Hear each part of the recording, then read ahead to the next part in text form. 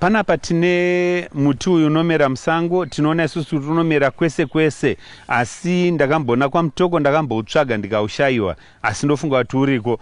Muti uyu unoita ruva rakadai, unonziwo Mexican wild sunflower kana kuti unonzi muboora sango. Wazhinji vanoshandisa pane zvakawandisa.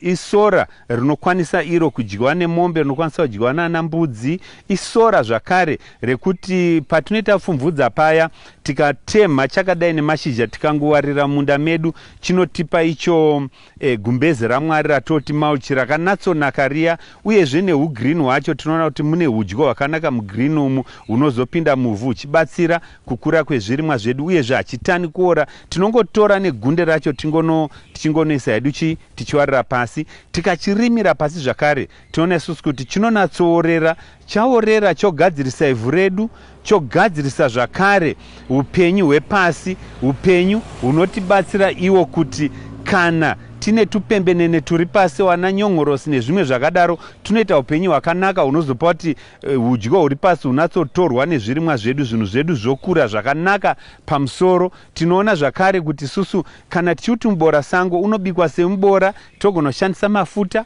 togona kushandisa dowi, muriwo unonaka zvikuru, togona kuomesa tichizodya semufushwa, uyezve zvinogona kutipa mari yakanatsonaka.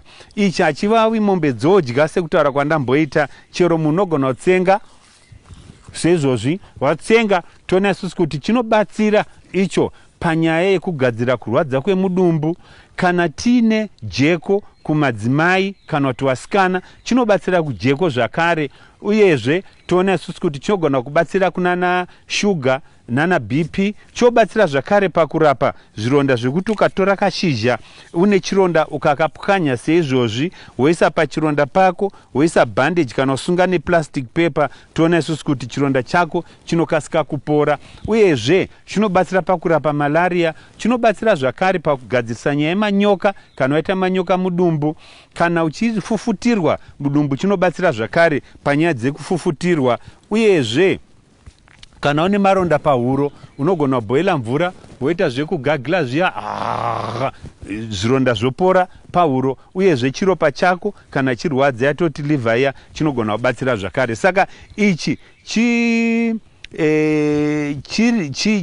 chimuti chinomera musango, chinomera mumunda, chinotinetsa sesora munda, asi tikachengetedzawo zvishoma zvatoshandisa pane zvandataura izvi, aiwa tinge tichiona kuti tinoyamurika zvikuru neirori boora sango iri.